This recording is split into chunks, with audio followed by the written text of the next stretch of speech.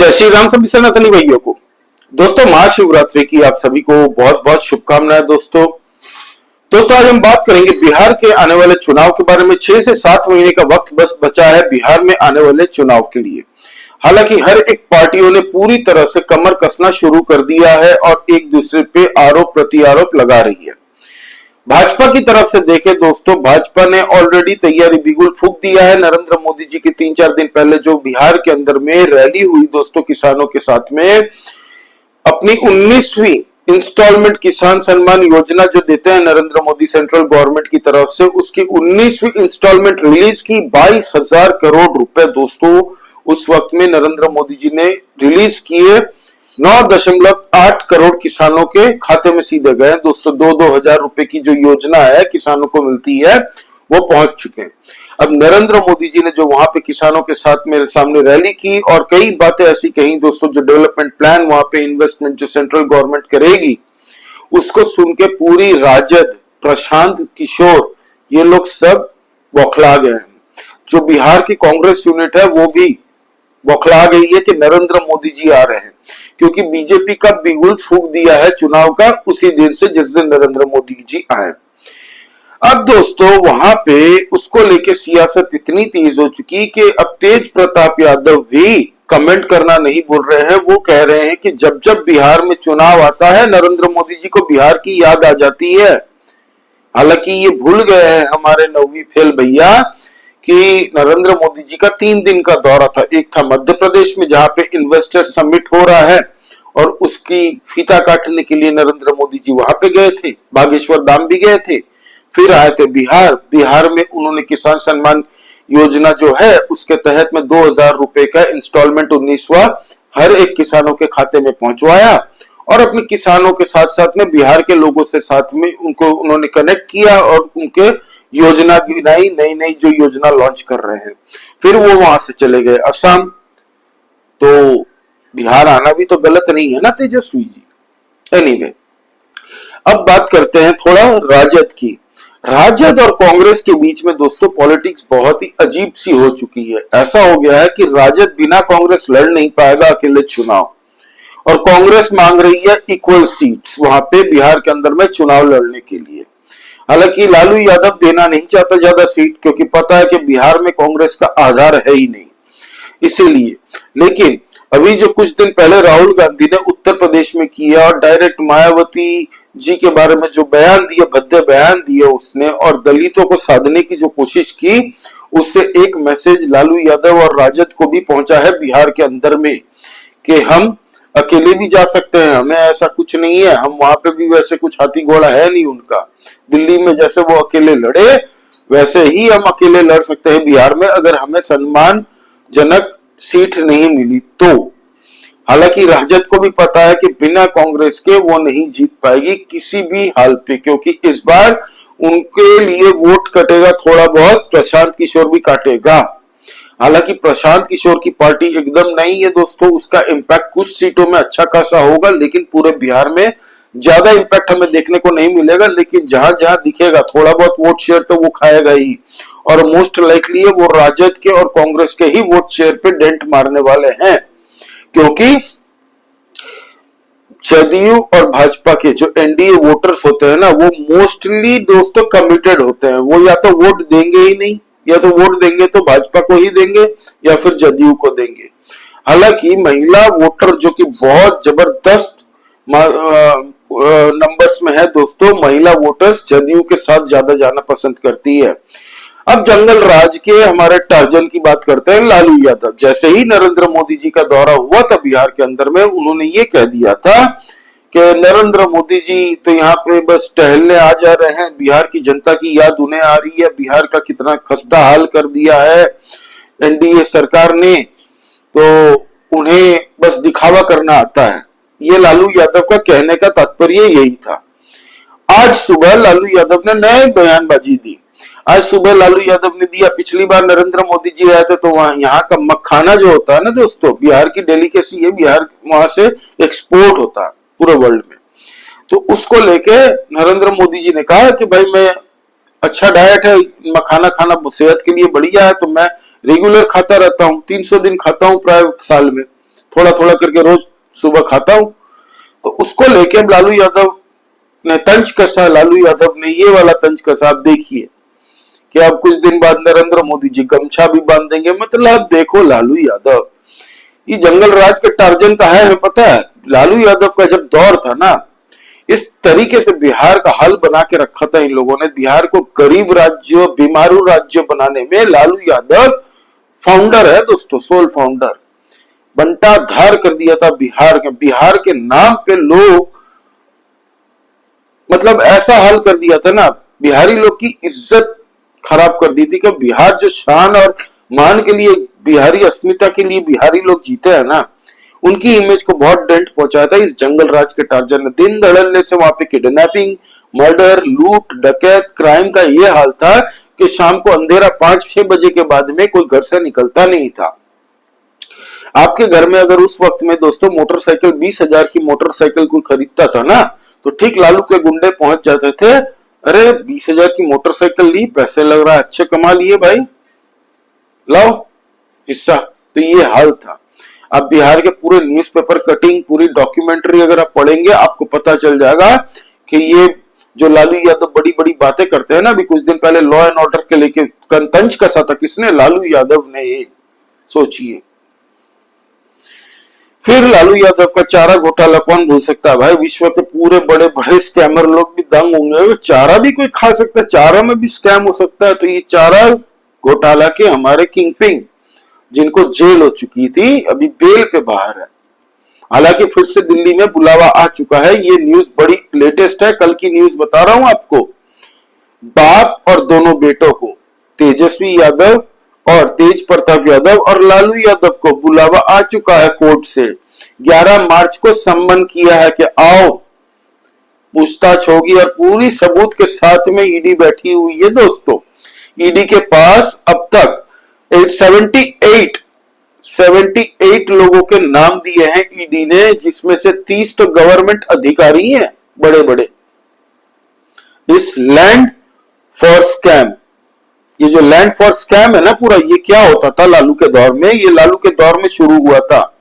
सरकारी नौकरी चाहिए, कोई बात नहीं, आपको मिल जाएगी। जमीन कहां पे है ये बताओ, आपकी है जमीन?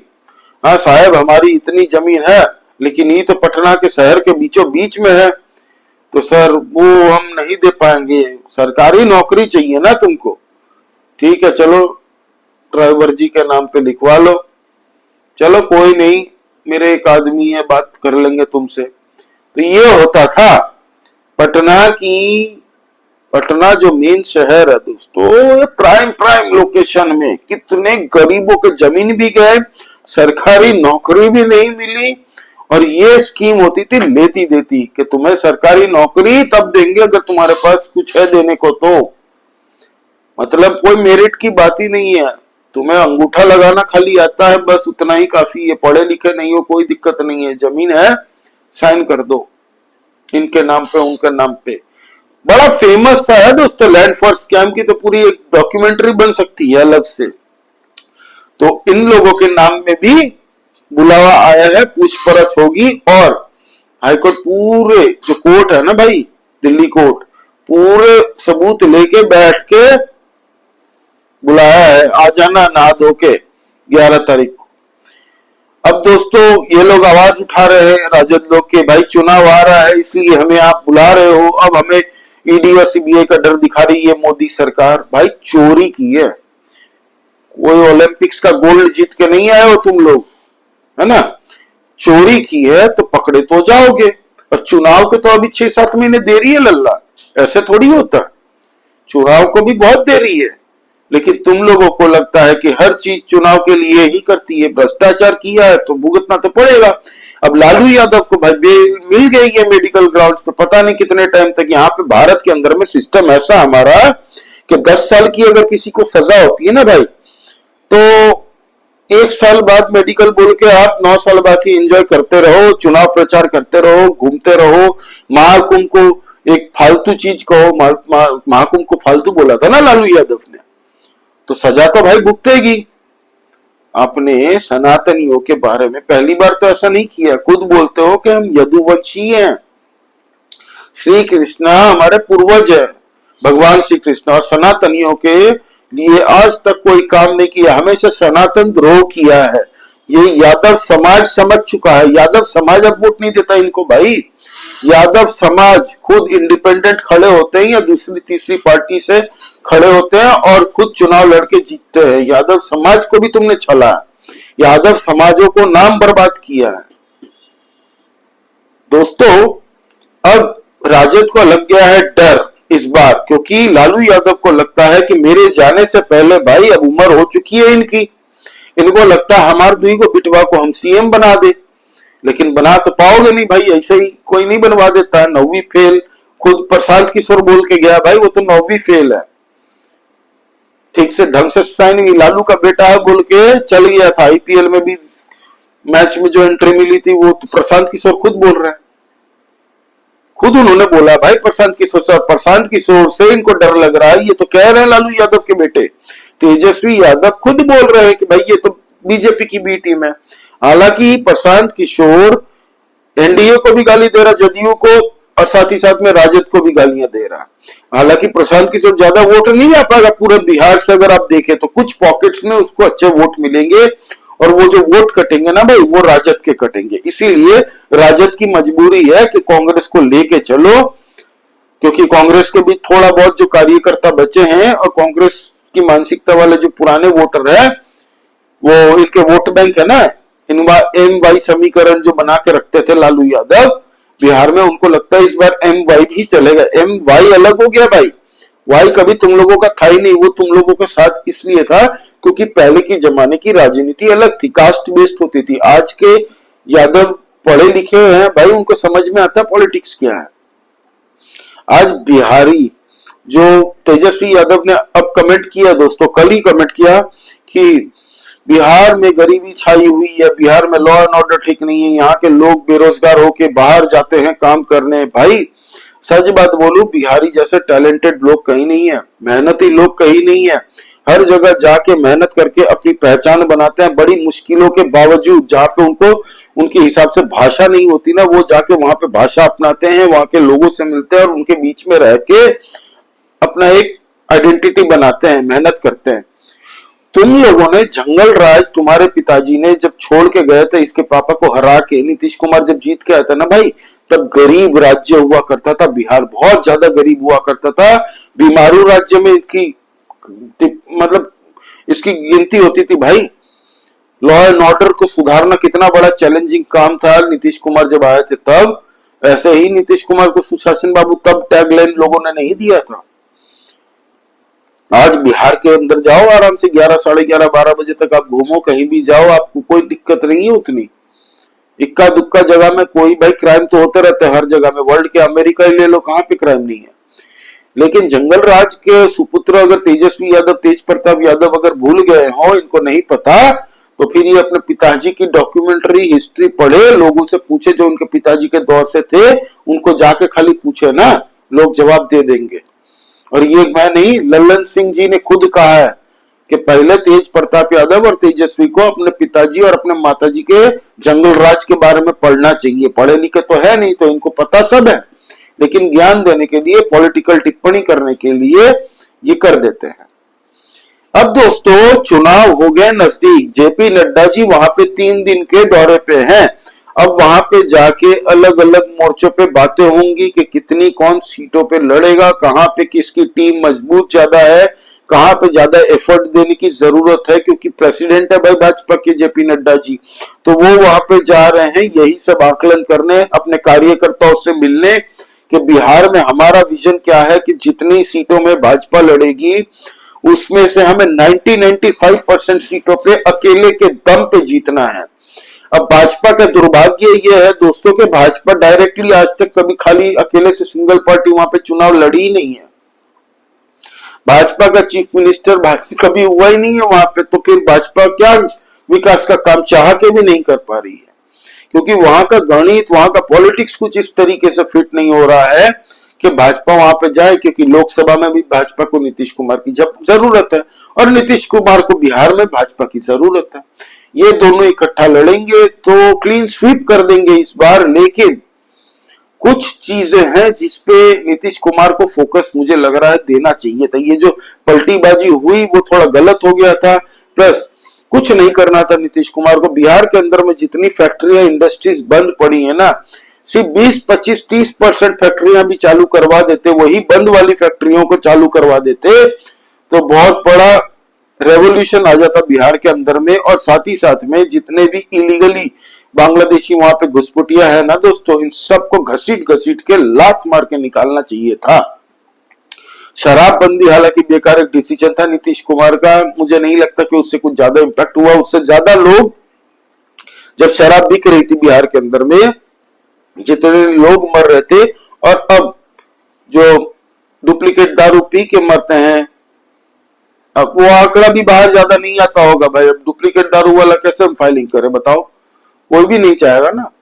तो प्रॉब्लम है शराबबंदी से, या रेवेन्यू स्टेट का लॉस होता है भाई। पूरा एक स्टेट बिहार को अगर राज्य बनाना है ना, तो उसकी आमदनी बढ़ानी पड़ेगी, और मेन पेट्रोल और दारू शराब से ही मोस्टली हर स्टेट के ज्यादातर पैसे आते हैं दोस्तों। फिर वहां पे लॉ एंड ऑर्डर और एकदम ताबड़तोड़ हो जाए। यूपी क्यों आगे बढ़ गया भाई? यूपी और बिहार के एक तरीके से देखने जाए तो दोनों के एक श्रेणी में गिना जाता था एक वक्त में, लेकिन जिस तरीके से यूपी अब बहुत अलग लीग में चला गया भाई, अब टॉप 3 में आता है। Top 3 destination for investors to invest. आज विदेशी इन्वेस्टरों की भी पहली पसंद है यूपी। क्यों? गुजरात, महाराष्ट्र क्यों, तमिलनाडु क्यों? क्योंकि यहाँ पे अवेबिलिटी, रिसोर्सेज इजीली सब कुछ प्रोवाइड हो जाता है दोस्तों। बिहार में लैंड लेबर कॉस्ट थोड़ी कम है, बाकी वहां पे लॉ एंड ऑर्डर देख लीजिए। फिर वहां पे बिहार में बाकी सारी फैसिलिटीज प्रोवाइड जट से नहीं होती, शायद इसीलिए बिहार में इन्वेस्टमेंट उतने नहीं आते। अब आने लग गए हैं, पिछले 7-8 सालों में थोड़ा इन्वेस्टमेंट हमने देखा है बिहार के अंदर में अच्छा खासा होता हुआ। वहां पे कुछ चीनी मिलें थी जो बंद थी, वो भी चालू हो चुकी है। कुछ ऐसी फैक्ट्रीज भी थी जो पुरानी बंद हो चालू हो चुकी है, लेकिन एक मास रेवोल्यूशन की होने की जरूरत थी।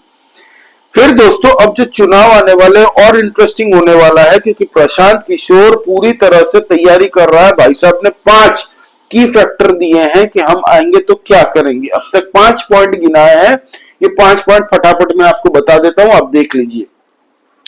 5,000 से 10,000 रुपये हम हर एक गरीब लोगों को अर्न करने की एक सुविधा मुहैया कराएंगे कि एटलीस्ट 5 से 10,000 कमा सके, ताकि उनको बाहर कहीं पलायन न करना पड़े। दूसरी बात उन्होंने कही कि 5 दिन का हम लोग ट्रेनिंग प्रोग्राम देंगे सत्याग्रह आश्रम में, उनकी स्किल को बढ़ाने के लिए, कि अगर आप लकड़ी का कोई काम करते हैं तो उसकी अलग स्किल सिखाई जाएगी, उनको कारीगरी सिखाई जाएगी। कुछ आर्टिफैक्ट्स करना चाहते हैं तो आर्टिफैक्ट्स की सिखाई जाएगी। हर एक अलग अलग फील्ड की स्किल की 5 दिन की ट्रेनिंग। हालांकि 5 दिन में मुझे नहीं लगता कुछ ज्यादा हाथी घोड़ा होता होगा, लेकिन ट्रेनिंग देनी है तो बढ़िया से दो। 15 दिन, 30 दिन ऐसे एकदम कंसिस्टेंटली ट्रेनिंग का प्रोग्राम बोलना चाहिए था। फिर उनको एम्पावर करेंगे, डिजिटल स्किल सिखाएंगे, मोबाइल बेस्ड एम्प्लॉयमेंट अपॉर्चुनिटीज कैसे क्रिएट, मोबाइल से कैसे हम लोग कमा सकते हैं, ये सब सिखाया जाएगा इनको। अब डिजिटल स्किल सिखाई जाएगी। हालांकि मोबाइल में मुझे नहीं लगता ज्यादा कुछ फोकस देना पड़ेगा इनको। अगर देना है तो रॉ मटेरियल के साथ में इनको सिखाओ बढ़िया से कि कैसे हम लोग वेबसाइट बना सकते हैं। पूरी एक डिजिटल तैयारी करो, डिजिटल मार्केटिंग का सिखाओ, किसी को वेब डिजाइनिंग का सिखाओ। ऐसे ऐसे स्किल प्रोग्राम होना चाहिए था, ये सब की पॉइंट्स होना चाहिए था। फिर promoting educational reforms to increase schedule caste students access to quality education. Schedule caste लोगों के लिए हम लोग पढ़ाई में, एजुकेशन सिस्टम में रिफॉर्म लाना चाहते हैं, ताकि वो लोग बढ़िया से उनको क्वालिटी एजुकेशन मिल सके। भाई खाली शेड्यूल कास्ट को क्यों, schedule caste, schedule tribe, OBC और जो जनरल कास्ट है सबको बढ़िया से क्वालिटी में एक्सेस दो। एजुकेशन की बातें कम होती है। हालांकि बिहारी लोग पढ़ाई लिखाई में ध्यान देते हैं, पहले थोड़ा कम होता था। बिहार को पीछे खाली मुझे लगता है ना, ये मेरी साइकोलॉजी, मेरी अंडरस्टैंडिंग है कि मेरे काफी बिहारी दोस्त है जो बिहार में नहीं रहते, कोई यूएस में है, कोई कलकत्ता में है दोस्तों, अलग अलग जगह में स्प्रेड आउट है पूरे अक्रॉस पैन इंडिया में। मेरी अंडरस्टैंडिंग है कि बिहारी लोग की मानसिकता में ये ज्यादा होता है बचपन से ही कि तुम्हें सरकारी नौकरी करनी है। ये एक प्रॉब्लम है मुझे लगता है क्योंकि इनको पहले से ही वो सरकारी वाली मानसिकता घुसा दी जाती है इनके दिमाग में। दूसरी है दोस्तों, एक कास्ट बेस्ड पॉलिटिक्स हर बार होती थी ना, जो पहले से एक ट्रेंड है दोस्तों, ये थोड़ा बिहार को मुझे लग रहा पीछे खींच दिए। कास्ट बेस्ड छोड़ के अगर विजनरी एकदम डेवलपमेंट के ऊपर में पूरे भारत में देख लीजिए, बिहारी हर एक राज्य में फैले हुए हैं और इनके रिश्तेदार भी होंगे, और कभी ना कभी बिहारी लोग कहीं ना कहीं दूसरे तीसरे राज्य में गए हैं 100%, क्योंकि बिहारी लोग ट्रैवल बहुत करते हैं, जबरदस्त ट्रैवलिंग करते हैं भाई। बिहारी लोग घूमने के बड़े शौकीन होते हैं। तो इन लोगों ने दूसरे राज्यों में भी देखा है डेवलपमेंट किस स्तर पे है, और जब ये आते हैं तो एक बार इनको कंपेयर कर लेना तो इनको पता चल जाए कि हम कहां पे पीछे हैं। हालांकि अब वो मानसिकता नहीं रही बिहार में, अब कास्ट बेस्ड पॉलिटिक्स से लोग उभर रहे हैं। उत्तर प्रदेश बहुत हद तक आगे बढ़ चुका है इस सब चीज से। कास्ट बेस्ड पॉलिटिक्स हर एक राज्य में है थोड़ी थोड़ी, बिहार भी अब उससे ऊपर आ रहा है। लेकिन ये जो सरकारी नौकरी वाला है, एक एम्प्लॉयमेंट जनरेट करना अलग बात होती है और एक सरकारी नौकरी अलग होती है। जो जिसको सरकारी नौकरी नहीं मिलती वो किसी और राज्य में जाते हैं जॉब करने, कोई बात नहीं, गलत बात थोड़ी है, पूरा इंडिया अपना है, कहीं भी कर लो। लेकिन वो ये कुछ कुछ पॉइंट्स है जिस पे ज्यादा फोकस दिया जाए ना, तो बिहार नंबर 1 बनने में भी उनको देरी नहीं लगेगी। इनको थोड़ा बस वो अपॉर्चुनिटी मिलनी चाहिए, मुझे लग रहा है। हालांकि नरेंद्र मोदी जी ने कह दिया है कि हम भाई पूरी तरह से कोशिश कर रहे हैं कि बिहार को एक ऐसी मॉडल ले जाया करे जिस स्तर पे भी उत्तर प्रदेश जा रहा है, कि उसके साथ साथ बिहार भी आगे बढ़े। बहुत हद तक बढ़ चुका है, अभी और बढ़ाने की जरूरत है। जब इतना केपेबल, इतना टैलेंटेड आपके पास मैन पावर हो बिहार में, कहीं भी जाते हैं तो काम आप देख लीजिए, सुपरवाइजर की नौकरी गुजरात में अच्छे अच्छे सुपर मतलब शुगर मिल्स से तो छोड़िए, आपको साड़ी के मिल देख लीजिए, बड़ी बड़ी जो फैक्ट्रियां होती है वहां पे सुपरवाइजर लेवल तक, मैनेजर लेवल तक बिहारी पहुंच चुके हैं भाई। वहां पे जाके घर खरीद रहे हैं गुजरात में। इनकी अपनी मेहनत से बने ना भाई, कहीं तो रोजगार करना पड़ेगा, और शांति से जी रहे मजे से, क्या दिक्कत है। तो बिहार में मुझे लग रहा है कुछ रिवॉल्यूशन तो करना पड़ेगा दोस्तों। हालांकि अभी चुनाव को 6 से 7 महीने हैं, आप देखते रहिए क्या होता है। नरेंद्र मोदी जी और एनडीए जबरदस्त तरीके से कोशिश कर रही है कि पूरे बिहार में इस बार सीट अच्छे से आ जाए। चिराग पासवान अभी गायब है, बिहार की पॉलिटिक्स में ज्यादा दिख नहीं रहा है इन्वॉल्वमेंट उनका, लेकिन उनकी पार्टी भी एनडीए में है। तो मुझे लग रहा है कि ये जो तीनों चुनाव मिलकर जो लड़ेगी, अच्छे से लड़ेगी। इस बार राजद के लिए तकलीफ है, मुझे नहीं लगता राजद को आना भी नहीं चाहिए मेरे हिसाब से। बाकी जनता डिसाइड करती है, मेरे और आपके डिसाइड करने से नहीं होता, जनता डिसाइड करती है। फिर प्रशांत किशोर एक फैक्टर ऐसा है जो राजद को डेंट पहुंचाएगा। कांग्रेस के पास कुछ करने को है नहीं, कुछ बोलने को है नहीं, वही राहुल गांधी जी आएंगे, लाल खटाखट किताब दिखाएंगे, अदानी अंबानी करेंगे और जाति जनगणना की बातें करेंगे। हालांकि बिहार में जाति जनगणना उनके वक्त में ही हुई थी जब वो नीतीश कुमार लालू सब साथ में थे। अब जाके पलटी मार के बोलते हैं नहीं हम वो जाति जनगणना मानते ही नहीं है। तो हराम के पैसे थोड़ी आते हैं, बिहारियों के टैक्स पेयर के पैसे है ना भाई, बिहारियों के। तुम्ही ने करवाया था, तुम्हें ही करवाने का शौक था, अब तुम पलटी मारते हो, गलत बात है। एनीवे, फिर हम आगे कवर करते रहेंगे दोस्तों। आप प्लीज सब्सक्राइब करिए इस चैनल को। हम लोग इंटरनल पॉलिटिक्स बड़ा क्लोजली डिस्कस करते हैं और एनालिसिस करते हैं। तो आने वाले टाइम में हम लोग डिस्कस करते रहेंगे, हम लोग पूरे इंडिया की पॉलिटिक्स को डिस्कस करते हैं। जय श्री राम सभी सनातनी भाइयों को। कमेंट करके बताइए अभी की स्थिति में आपको क्या लग रहा है, किसका पलड़ा भारी है। लाइक कीजिए इस वीडियो को। जय श्री राम सभी सनातनी भाइयों को। जय हिंद, वंदे मातरम।